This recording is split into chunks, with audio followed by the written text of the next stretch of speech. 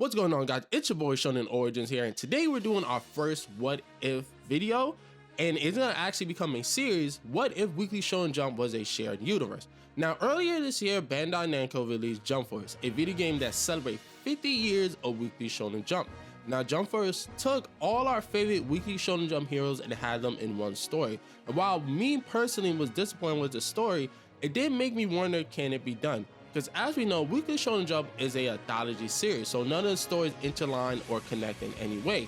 And while manga are indeed comic books for the most part, but unlike its Western counterparts like Marvel or DC, their characters do not interline or connect in any way. While you might see Superman and Batman team up in DC Comics, you will never see Goku or Luffy team up unless they're doing some type of special to promote the other anime or manga. But for the most part, you'll never see Goku in a storyline in One Piece.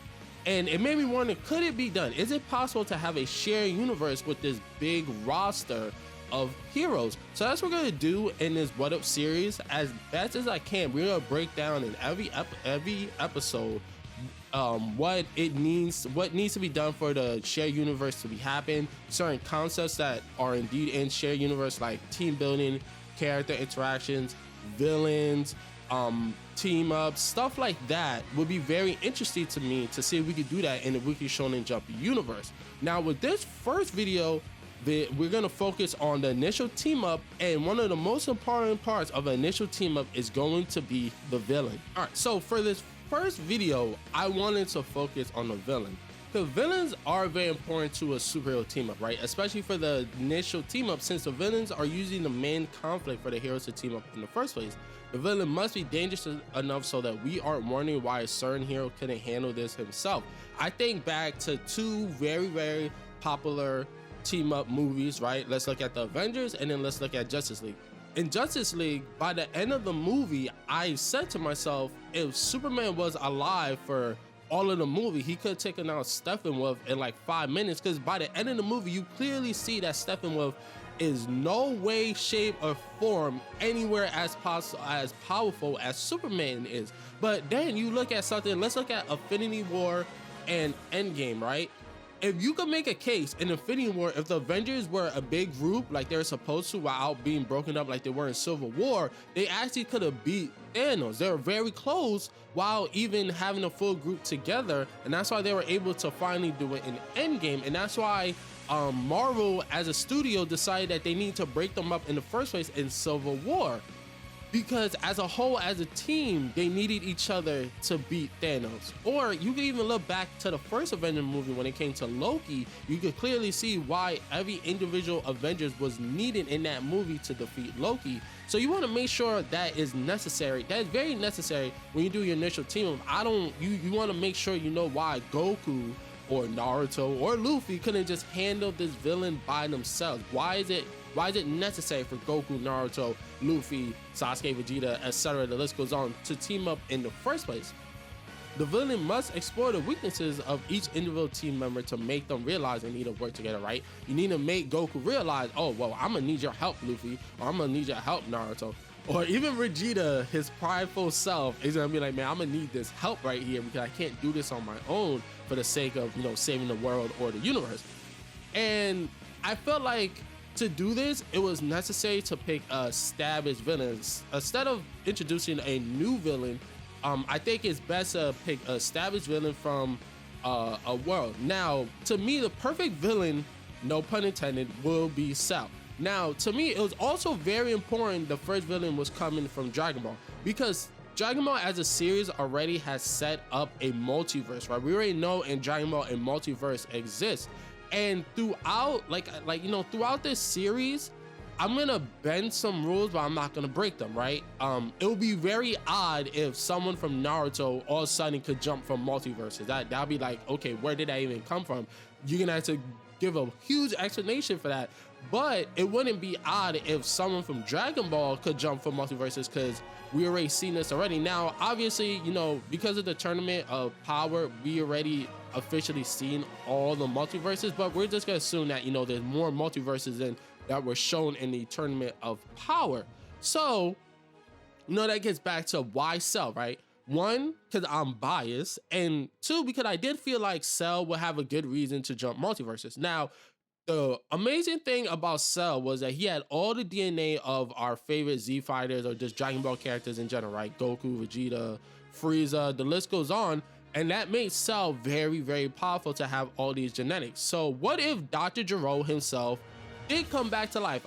We could go into full detail, like breakdown of how he came back to life, but we're just to give bulletin points of what happens, right? So Dr. Gero comes back to life, and he's still hell bent on his revenge on Goku and the Z fighters in general, but realizing, looking at them and saying, whoa, they're way more powerful than they were before.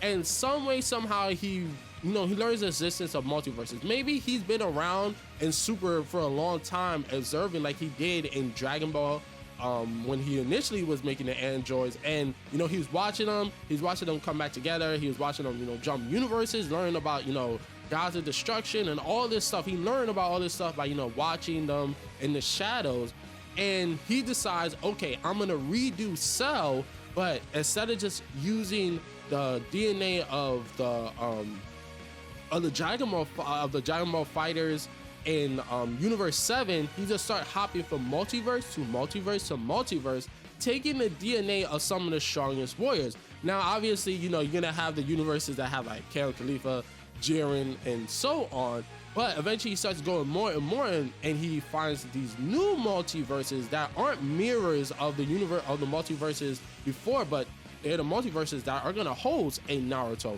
or host a Luffy, or a Yusuke Urameshi, and he starts taking their DNA. Now, somewhere along the line, Goku and Vegeta learn of this, so they're basically trailing him. They're hopping, he hops into the universe, he leaves, they hop into universe. They're like one step behind every single time, and as they go on, they're gathering up these team members, right? They're gathering up, they hop into Naruto's world. He already took the DNA of Naruto and Sasuke, whatever, and Goku's there. He's like, Goku's like, hey, what happened? Yada yada yada. And then they team up from there, right? Naruto's like, no, I can't let this stand. I'm the Hokage, I gotta protect the village. They don't know how dangerous our DNA could be, whatever.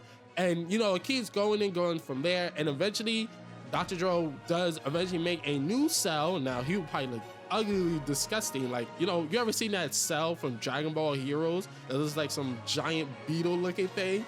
Probably looks like that, but way worse. But at the same time, imagine if Cell had a Sharingan.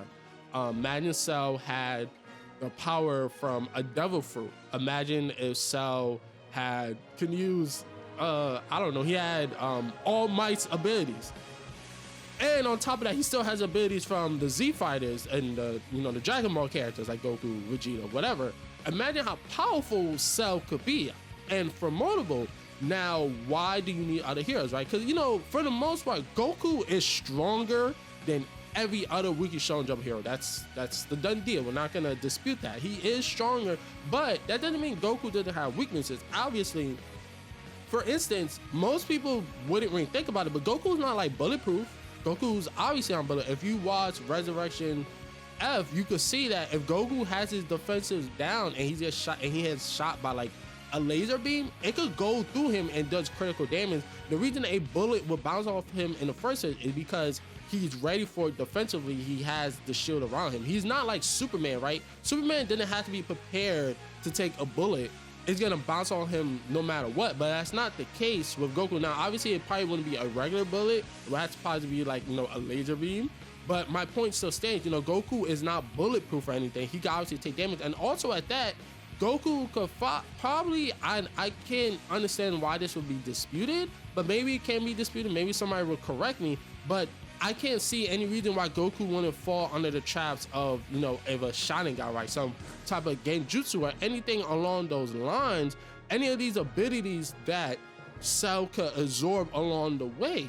So, by having things like the Sharingan or having All Might's abilities and stuff like that, it can make Cell very, very powerful, way more powerful than Goku can handle. And at that, Goku doesn't know all the abilities that Cell could possibly have. And they get Cell an advantage, and to make that a disadvantage, have Naruto, Luffy, Midoriya along with the team up, because they obviously know the weaknesses of their own abilities. So I do think that makes it very interesting. Like I said, it was very important that the initial team up villain was from Dragon Ball, because you needed a Dragon Ball character to hop from universe to universe to universe. Now I did also think about possibly like a Frieza. One idea that I did have that maybe we could come back to was possibly like a Dragon Balls that were ahead of the Super Dragon Balls. Now, from what I can remember, the Super Dragon Balls were for Dragon Balls that existed between Universe 6 and 7. They were the strongest Dragon Balls, but they existed between Universe 6 and 7. Now, what if there were Dragon Balls, right, that existed, there was one Dragon Ball in like every universe? Now, it has to be 7, so it can't be like 20 or 30 Dragon Balls, but maybe it lands on like 7 universes of the poor universe, like the universe of Dragon Ball, the universe of Naruto, the universe of One Piece, etc. You get what I'm trying to say.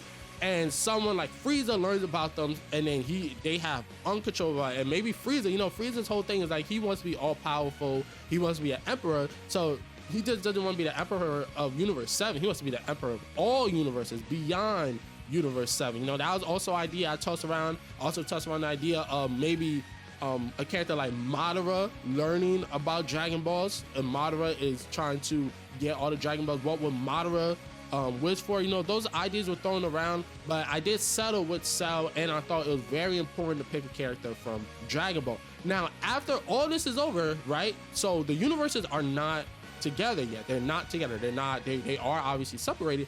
After all this is defeated, right? The Weekly Shonen Jump Heroes, they defeat Cell in this crazy long battle. The Omni King, right? So far, the Omni King, Dragon Ball, we've seen them. There has nothing in any Weekly Shonen Jump, to my knowledge, that is as powerful as the Omni King. The Omni King from Dragon Ball can literally snap his fingers. Well, I guess, I don't know, whatever. It's like, that's like a little kid. Can snap their fingers and literally destroy a whole universe.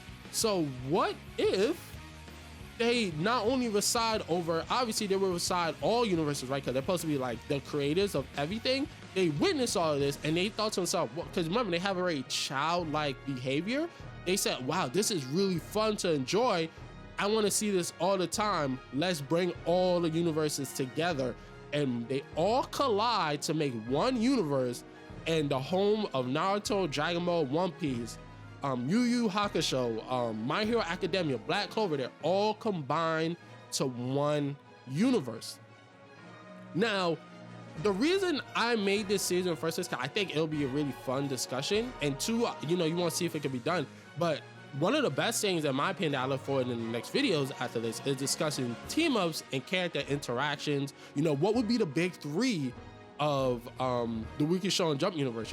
You could easily say it should be Goku, Naruto, and Luffy, but should it? Are Goku, Naruto, and Luffy the best people to lead a team? That's gonna be a discussion we can have in a video going in another video. But like I said, in this video I did want to focus on the villain, and in my opinion, I thought the way my explanation of why Cell should be the villain, and the whole basis of Cell and him gathering the DNA of other Weekly Shonen Jump heroes to become a better perfect Cell, a perfect Cell. I don't know, I couldn't come up with a name of it, but hopefully you guys understand what I'm trying to say, and also hopefully you guys understand why I felt like the villain had to be for Dragon Ball, because Dragon Ball already has a lot of things, right? They have time travel, they have multiverses, they even have parallel universes, they have gods, and so on. So I thought it was very important to establish that Dragon Ball is going to be like the center of it all, because Dragon Ball really has all these things going forward.